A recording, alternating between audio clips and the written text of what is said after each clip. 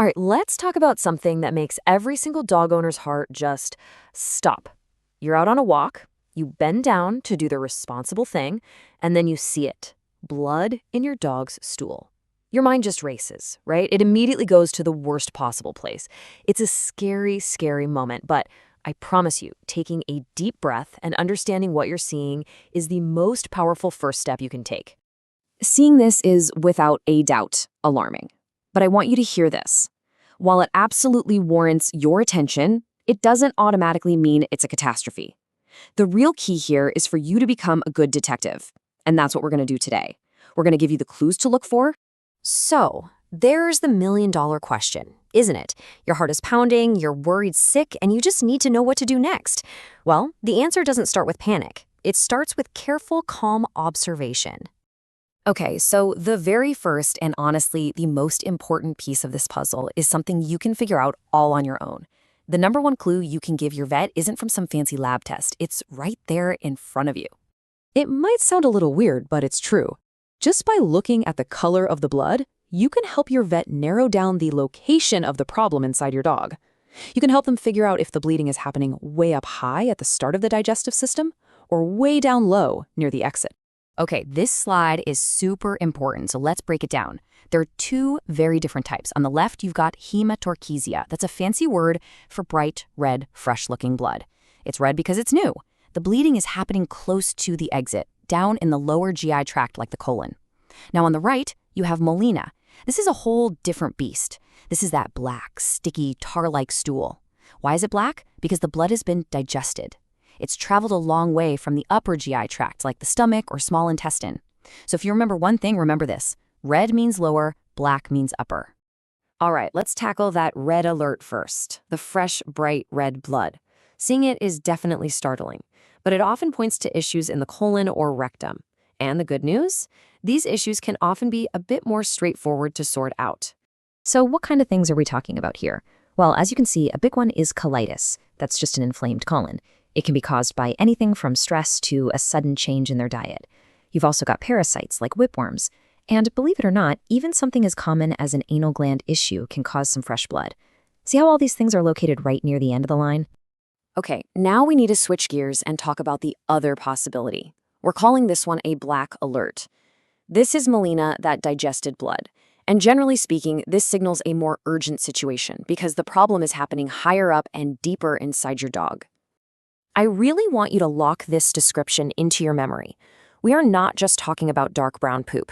True Melena is unmistakable. It's jet black, it has this gross, sticky, tar-like consistency, and it has a uniquely foul smell because of that digested blood. That coffee grounds look, especially if you ever see it in vomit, is another huge red flag for this kind of bleeding. I really can't emphasize this enough. If you think you're seeing Melena, this is not a let's wait and see kind of deal. You absolutely have to treat this as a serious medical concern. The list of possible causes is pretty serious, and you need your vet's help to figure it out, and fast. And this list right here shows you exactly why it's so concerning. We're talking about things like GI ulcers, which can actually be caused by giving dogs human painkillers, something you should never do. It could be that they swallowed a foreign object or have a bad hookworm infection. Or it could be something really scary, like they got into rat poison, which can cause terrible internal bleeding. This is vet territory, no question about it. But wait, here's a quick but really important clarification. Not all black poop is Melena. If your dog is on an iron supplement or had a bunch of liver treats, their stool might turn black.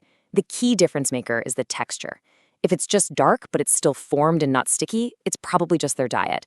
But if it's got that tarry, sticky, foul-smelling quality, that's the alarm bell.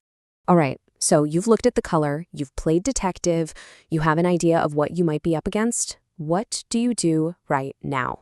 Let's talk about your immediate, calm, step-by-step action plan. This is your 4-step mantra. Number 1, don't panic. Take a breath. You need to think clearly. Number 2, observe everything. Is it red? Is it black? Is it tarry? Is your dog acting tired or throwing up? Gather that intel. 3, and this is a game changer. Take a clear picture with your phone. A photo is worth 1,000 words to your vet. And finally, step 4, make the call. Armed with all this information, you can give your vet a perfect report. Now, this slide is critical. These are the signs that mean you don't just call your vet, you get in the car and go to an emergency vet immediately. If you check their gums and they're pale or white, that can mean severe blood loss.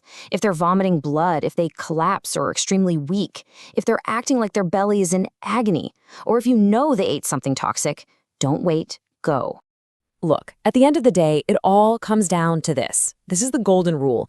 You don't have to have all the answers. You just have to be their advocate.